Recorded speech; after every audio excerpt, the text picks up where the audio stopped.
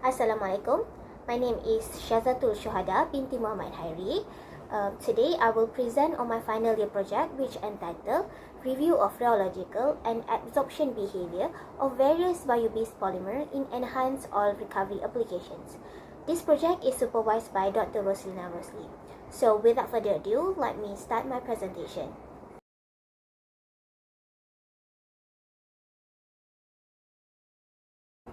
Along with the continuation of the exploration and production activity, as well as the development of new reservoir, the application of enhanced oil recovery (EOR) method has become more important to produce and recover more hydrocarbon from the matured reservoir.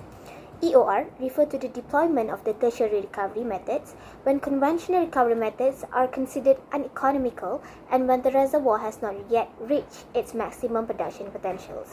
After the primary and secondary stages of oil recovery, a large amount of hydrocarbon is still trapped in the reservoir. A significant amount of oil can be recovered by the application of chemical enhanced oil recovery, specifically polymer flooding applications.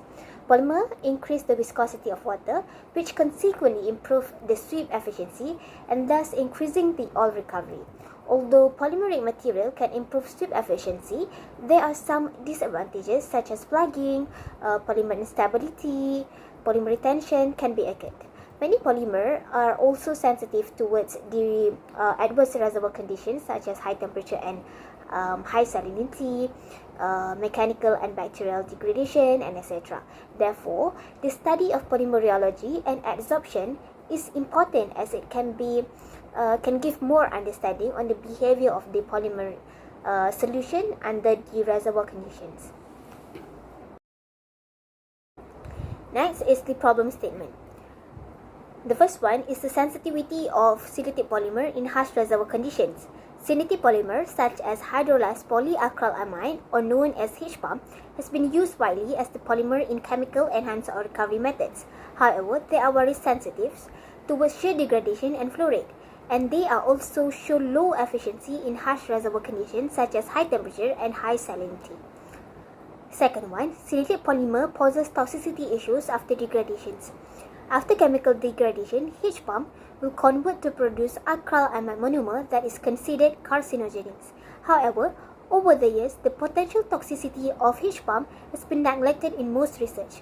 Third one is the insufficient and limited data on the successful applications of biopolymers for chemical enhanced oil recovery.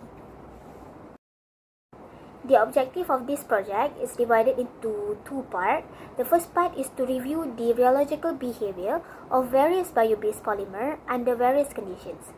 The second part is to review the adsorption behavior of various bio-based polymer on sandstone under various conditions.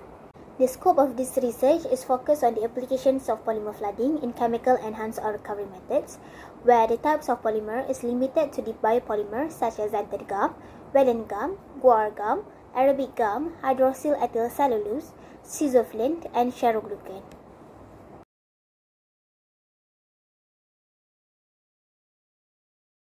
The important parameter to get a favorable mobility ratio between water and oil is the viscosity of the polymer solution. The first part of this research is focused on the rheological behavior of biopolymer, where the factors that influence the biopolymer rheology are such as shear rate, polymer concentration, salt concentrations, and temperature. The first factor that can influence the viscosity of biopolymer is shear rate. From this graph, it can be seen that the higher the shear rate, the lower the viscosity of biopolymer. This is because all of the selected biopolymers show that they act as pseudoplastic fluid, where the viscosity is decreased with increasing shear rate. Viscosity of biopolymers such as guar gum, hydroxyl ethyl cellulose, Wellen gum, and Rheological do not show a significant impact towards the increasing shear rate. However, biopolymers such as xanthan gum, Arabic gum, and schizoflint shows a significant impact towards high shear rate. Next is the polymer concentrations.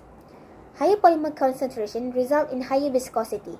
This is because polymer concentration increases the interaction between polymer chain and causes a more frictional effect, thus increasing the viscosity of the polymer.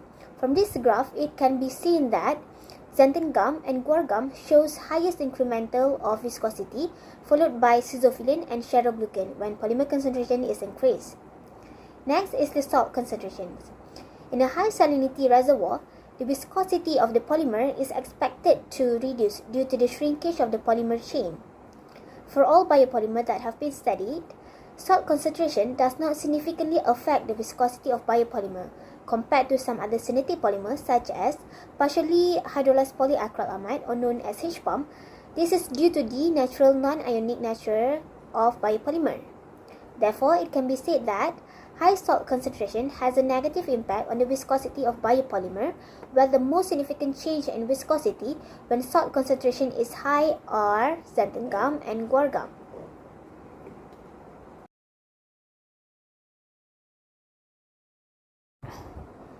Last but not least, the factor that can influence the viscosity is temperature. Thermal stability represents a critical parameter for polymer selection in polymer flooding applications. Polymer viscosity decreases at high temperature. This is because at high temperature, the movement between the molecules in the solution increase and they spend a short time to contact between molecules, which result in low average intermolecular forces, and this will result in low viscosity at high temperature. From this graph, it can be seen that the viscosity of all selected biopolymer is decreased with increasing temperature. Biopolymers such as xanthan gum, hydroxyl ethyl cellulose, sizophyllene, and sheroglucan do not show a significant impact on viscosity with increasing temperature. On the other hand, biopolymers such as Arabic gum, guar gum, and valen gum shows that they are significantly reduced with increasing temperature.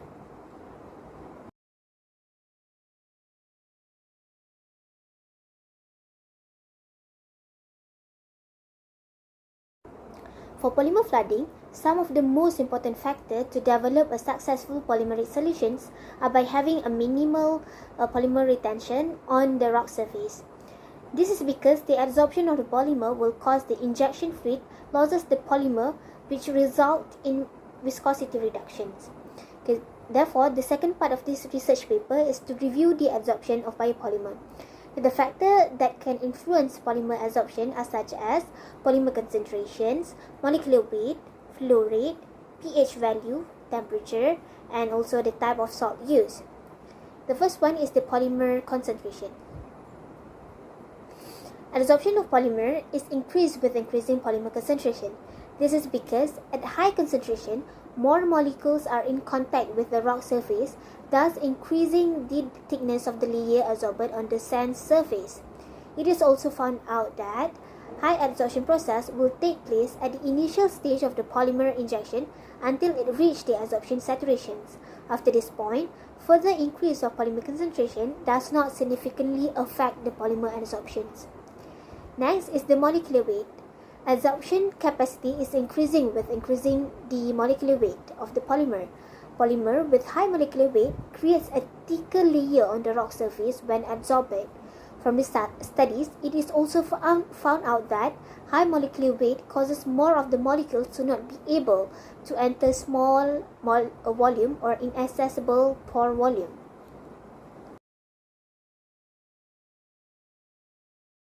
Okay, next is flow rate. Increasing flow rate results in more polymer loss in porous media due to hydrodynamic retention. This is because high flow rate could induce pore breach adsorption that can cause unsteady state flow, thus increasing the thickness of the adsorbed layer. From the studies, the adsorption of the polymer increased rapidly as high injection flow rate is used, but the adsorption becomes more stable after it reaches a certain injection flow rate. However, for biopolymer, a high flow or injection rate does not significantly increase the biopolymer adsorption on the rock surface. Next is the effect of pH, type of salt, and temperature to the adsorption of the biopolymer. From the studies, it has been concluded that pH value and temperature does not significantly affect the polymer adsorption onto the rock surface. Last but not least is the type of salt, where it shows that different type of salt shows different result of polymer adsorption. Sodium chloride, potassium chloride, magnesium chloride were tested where they showed that the highest polymer adsorption is observed with with divalent salt, which is magnesium chloride, followed by potassium chloride, and last with sodium chloride. This is because magnesium ion is more hydrated compared to sodium ion and potassium ion. The more hydrated ion, the more degree of polymer adsorption.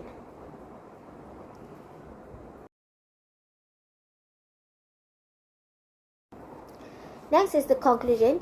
So, in conclusion, most of the biopolymer that have been studied shows good tolerance with shear rate, high salinity, and high temperature conditions, whereas the most preferable biopolymer are sizoflin and charoglucan. However, more work should be done to evaluate the behavior of this type of biopolymer under reservoir conditions. Next, it can be said that viscosity and adsorption behavior of polymer is interrelated, since high viscosity also increases the adsorption capacity. This is because an increase in polymer adsorption also increases the resistance factor and residual resistance factor that will increase or improve the sweep efficiency and increase the oil recovery. However, higher resistance factor and residual resistance factor are associated with the tendency for the polymer to be adsorbed on the rock surface. Therefore, a trade-off between the adsorption and increasing viscosity is required to obtain the optimum polymer flooding operations. Next is for the recommendations. So, since my project is to review paper from different studies and publications, I have faced some difficulty during the process whereby I have to compare the result when the experiment was conducted in different condition that does not reflect the real reservoir conditions.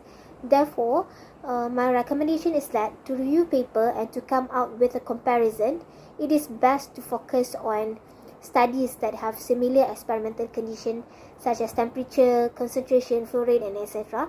that can actually represent the real reservoir condition and follows the standard experimental procedure.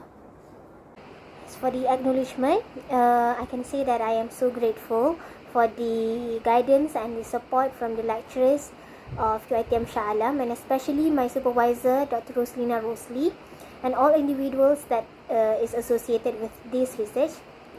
And not to forget my friends and family that have given me the moral support during the process until I have finished this project. And that will be the end of my presentations. So thank you very much for listening, and if you have any question, you may ask me. Thank you. Assalamualaikum.